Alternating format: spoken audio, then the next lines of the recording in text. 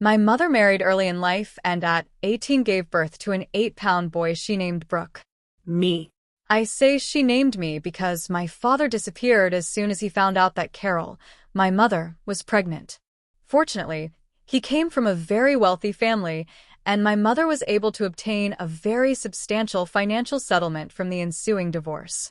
She herself came from a very rich family and inherited all their wealth on their premature deaths when I was only 2 years old.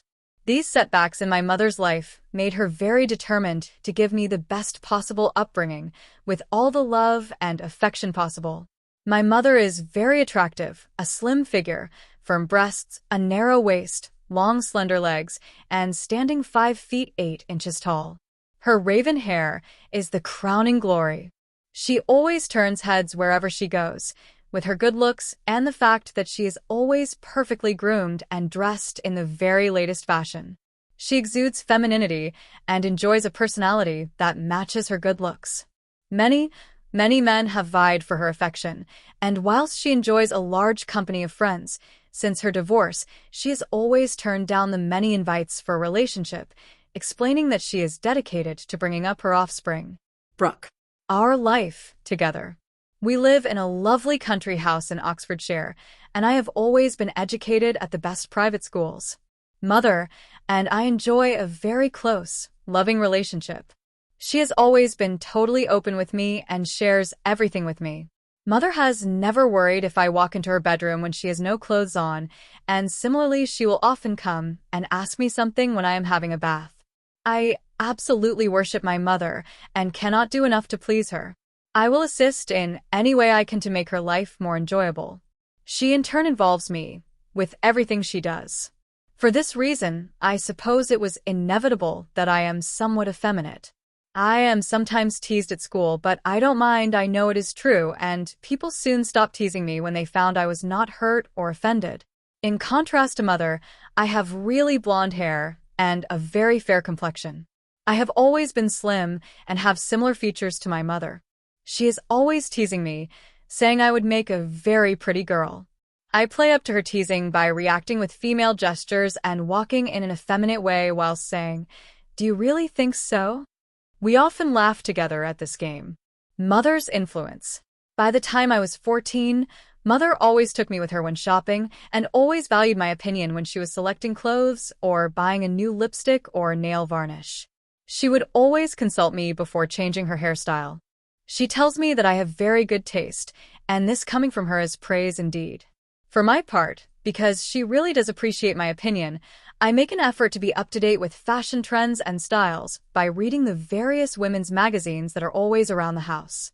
This, of course, leads to Mother teasing me more by asking if I am looking out for a new outfit for myself.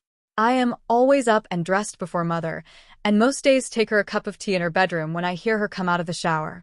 I then sit on the bed and chat while she dresses and puts on her makeup. She often asks my opinion on the outfit she intends to wear that day, sometimes what underwear she should wear with a particular outfit. This always leads to some teasing. "I am sure you would look pretty in these panties," she would say. "What a pity they are not my size," I would reply, which makes us both laugh. The makeup lesson. I love watching Mother put on her makeup as we chat. She knows exactly how to show off her features at their best by the skilled use of her makeup. She skillfully highlights her cheekbones, shapes her eyebrows, highlights her eyes, and emphasizes her eyelashes, making a beautiful woman absolutely stunning. "You like watching me put on my makeup?" she said to me one day, shortly after I turned 15. "Oh yes, Mother, because I sit here and admire the skillful way you draw attention to all your best features. You are so attractive, yet when you have finished, you are absolutely stunning. No wonder every man in the county vies for your affection. Would you like me to do your face and bring out your best features using my makeup skills?" she asked with a cheeky smile. "Now stop trying to make me into a girl again," I laughingly replied. "Sorry, I was only teasing, as you know. But joking apart, you have such blonde features with your beautiful hair, but you also have such blonde eyebrows and eyelashes. It makes your face look somewhat flat and featureless. Would you let me show you something that may improve your appearance?" "Okay, as long as I don't look like a drag artist." Mom actually squealed. "Oh, "Come and sit here," she said, patting the dressing table chair. I sat down with my back to the mirror. Mom then proceeded to treat my eyebrows and eyelashes in some way that I could not see. After a few minutes, she pronounced herself satisfied and turned me to look in the mirror. First transformation. There could be no doubt that the effect really lifted my face and gave it much better features. Mother had applied a dark brown color to my eyebrows, pulled out a few stray hairs, which gave my eyebrows better shape, but a natural one. She had applied the lightest black mascara, which just colored my eyelashes without thickening them. Again, the appearance was quite natural. Mom, I was quite sure I would have to rush to the bathroom and wash my face, but I have to admit, no one meeting me for the first time would know I was wearing makeup. You are so right that it makes my face animated instead of bland. Does this mean you will keep it on today? Do you know, I wonder what people will say at school. They did notice at school and asked me why I was wearing makeup. I just told them I was fed up with such a bland, featureless face. Surprisingly, everyone seemed to accept this. Mother's gift. When I got home, Mother was out at one of her charity days. I went to my bedroom, and there on my dressing table was a bottle of mascara, a mascara brush, an eyebrow pencil, an eyebrow comb, makeup removal solution, cotton pads, and a video entitled, "How to Apply Eye Makeup." I smiled. Very thorough is my mother, and determined to get her way. I played the video in my room and spent the next hour removing and reapplying the eyebrow color and mascara. Satisfied I could do the job as well as Mother, I went to prepare supper as I do when Mother is out for the day.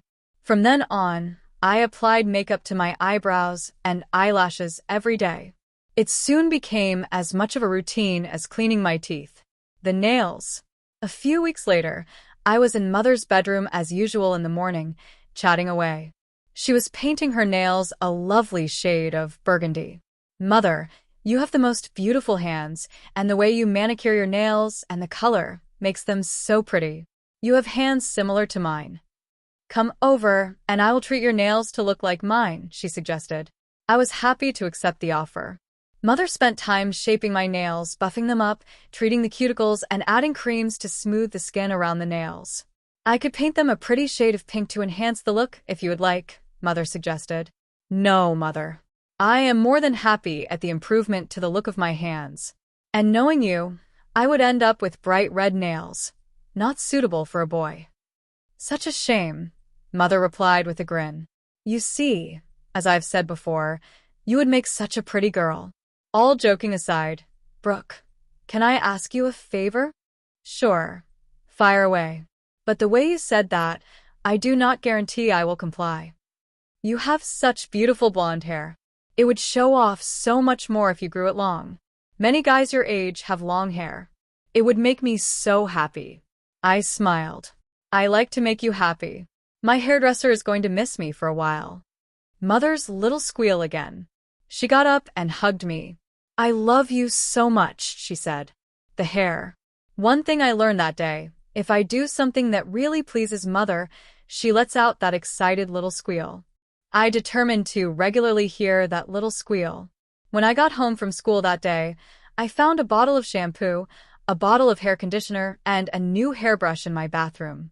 In addition, on my dressing table was a manicure set, nail hardening solution, and natural opaque nail polish. As always, my determined and thorough mother leaves nothing to chance. From then onwards, I always used the shampoo and conditioner when I washed my hair and vigorously brushed it until it shone. I carefully manicured my nails, which soon looked elegant and, dare I say, pretty. Within a few months, my hair was long enough to put in a ponytail. I had occasionally visited my hair salon to trim the split ends, but other than this, no styling. "Your hair is now long enough to get styled," Mother said. "It certainly needs layering or it will lose shape. I have picked out a few styles for you to consider." She handed me some cuttings. "Mother, these are all girl styles. Could you not find any styles for boys?" To be truthful, I couldn't. So I picked out the most masculine of the girl styles. "You only need wear your hair down when we are alone. You can keep a ponytail everywhere else. Please select a style for me." I looked again and found a full style that cascades around the neck with no fringe. How about this then? I said, handing the cutting to Mother. You will love that, Mom said with a smile. I can't wait to see the result. Shall I book an appointment with the salon for you? Don't worry, Mother. I'll do it myself. If I leave it to you, you might get carried away with instructions to our stylist. Janet, the stylist. I made an appointment with the hair stylist I share with Mother, Janet, for Friday afternoon. I explained to her vaguely what I wanted. When I showed her the picture of the suggested style, she said, "You realize this is a bit girly, don't you?" I know, but Mother will be so happy, and I will only wear it down like this at home. Otherwise, I will keep my hair in a ponytail. And it is important that I get better layering on my hair for it to remain manageable. Okay, I see where you're coming from. Leave it with me, and you will have the best of both worlds. Janet is an artist. When she had finished, my hair looked stunning, beautifully cut and hanging perfectly. But the style really did make me look like a girl. I will put it in a ponytail to go home. Don't you agree? Sure, Brooke. We don't want anyone to get the wrong idea. But your mother will love it when you let it down. She paused. Oh, by the way, we have a special offer this week for anyone who has spent as much as you today. Would you like to have our special offer? She asked with a secret smile. Okay, go for it. What is the deal? Free ear piercing, including the gold studs. Many blokes have it done, you know. Besides, we all know your mother would love you to go for it. You are right, I told her. I cannot bear the thought of Mother knowing I turned down this offer. Get on with it. 20 minutes later, I had petite gold studs in my pierced ears. Mother's reaction. As soon as I got home, I took the band off and gently combed through my hair so that Mother could see the new style. In truth, I loved the look, but I could never wear it out with my friends or at school. When Mother got home, she went as always to her bedroom to freshen up before joining me in the lounge. She took one look at me and out came that little scream. Oh, darling, your hair looks gorgeous. Thank you for indulging me. You could still be a pretty girl. She saw the look on my face. You know I am only teasing you, but then again, oh my gosh. You have had your ears pierced. So pretty. We both laughed. Whenever there is no one about, I wear my hair down. Mother loves it. In truth, so do I, but I would never admit it. In a ponytail, I just look my normal, somewhat androgynous self. The birthday plan. A germ of an idea was developing in my mind. I finally mapped out a course to present my idea, which would culminate on Mother's birthday at the end of August. I had now finished school, having completed my GCSEs, and intended to study for A-levels at a sixth form college nearby. With no schoolwork, I did a lot of research on the internet to enable my project to work. The amount of information available was staggering, and I was now confident that I could pull off my idea. Firstly, a trip to town and a visit to the cosmetics counter at a big department store. A very pretty, smartly dressed assistant asked if I needed any help. Oh yes, thank you. Can you please advise me of the latest fashionable shades for nail polish? Certainly. Here are the 3 really up-to-date shades at the moment. She put 3 bottles in front of me. Is this for your girlfriend? No, actually it is for me. She showed surprise. May I explain why? I asked.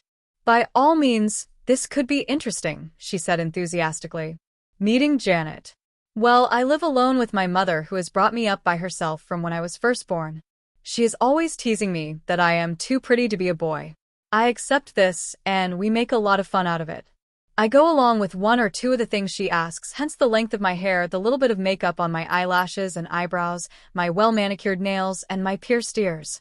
A lot of the other ideas I have avoided. However, I do know secretly that she would love me to be really feminine. So I have decided that as a birthday present, I will be her daughter for the day. This purchase of the nail polish is the very first step in putting it all together. That is a fascinating idea. Are you sure you can carry it off? I really hope so. I have been researching on the internet about makeup, voice tutorials, applying nail polish, and so on. I would love to help you, she said, to my surprise. Do you mean it?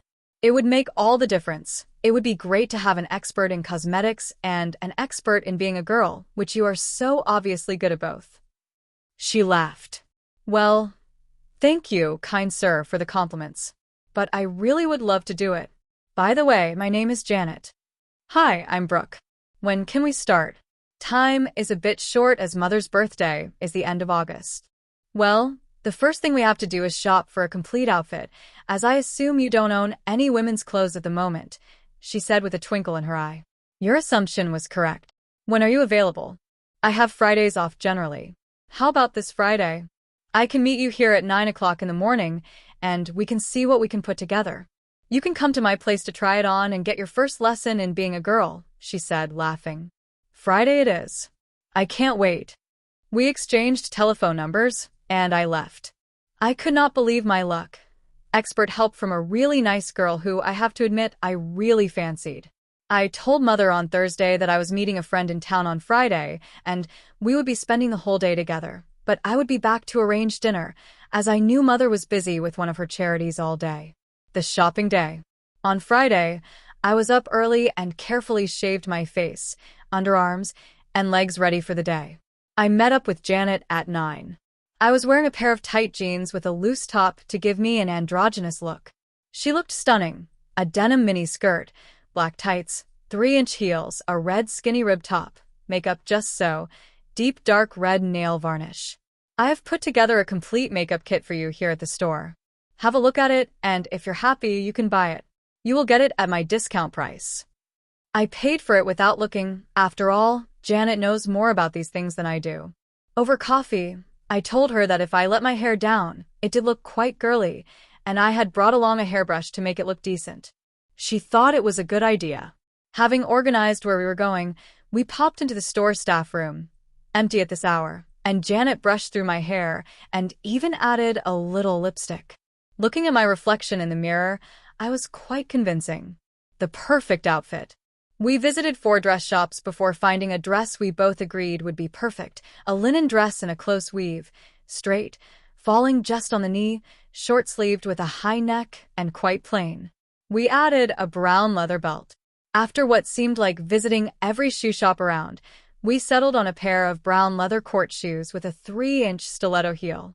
I really had to concentrate on walking in these, but a few tips from Janet prevented me from making a fool of myself. We then got some accessories. Dark brown drop earrings consisting of various shaded balls, a neck scarf with an autumnal print, and a couple of brown bangles. Janet said she had a gold watch I could borrow. Finally, we went to select some underwear. Janet had read about a push-up bra that increases your bust by 2 sizes, modeled by a male model. We went to a very glamorous underwear shop where my measurements were checked. They had the bra in stock in my size. We purchased a white one and selected a couple of pairs of panties to go with it. We also purchased a couple of pairs of natural-colored 15 denier pantyhose. This completed our shopping. As it was now lunchtime, we stopped for a light lunch in town before heading to Janet's flat to try out our purchases. Janet's flat. Janet has a lovely 2-bedroom flat in one of the nicest areas of Oxford. Her parents had retired to Spain and bought her the flat before they left. At Janet's suggestion, we tried the makeup first to avoid accidentally marking the dress. We went to her lovely bedroom and Janet sat me in front of the dressing table mirror. Now I will apply all your makeup, explaining what I am doing on the way, but you must watch me carefully because you will then have to do it yourself. Remember, on the day I will not be around to help you. She then proceeded to apply foundation, blusher, eyeshadow, eyeliner, mascara, then took away a few stray hairs on my eyebrows, applied a dark pencil, powder to blend it all, and finally lipstick. I had been concentrating so hard on watching each application being done that it was not until she had finished that I looked at the result. I was amazed. In the mirror, I saw a younger version of my mother. No one could possibly think this was a boy. Janet, you are amazing. This is far, far better than I could have hoped. I must say, I am rather pleased myself, Janet said. But you are an easy subject. I agree with your mother. You do have a pretty face. Dressing up. She sent me to clean it all off, then encouraged me to try applying it myself. Thanks to her carefully explained tuition, plus the tutorials I had studied on the internet, I got on reasonably well. I struggled a bit with the blusher. Firstly, too much, then not properly balanced, but I finally got it right. Contouring the 3 shades of brown eyeshadow was not easy, but eventually I had achieved virtually the same effect as Janet.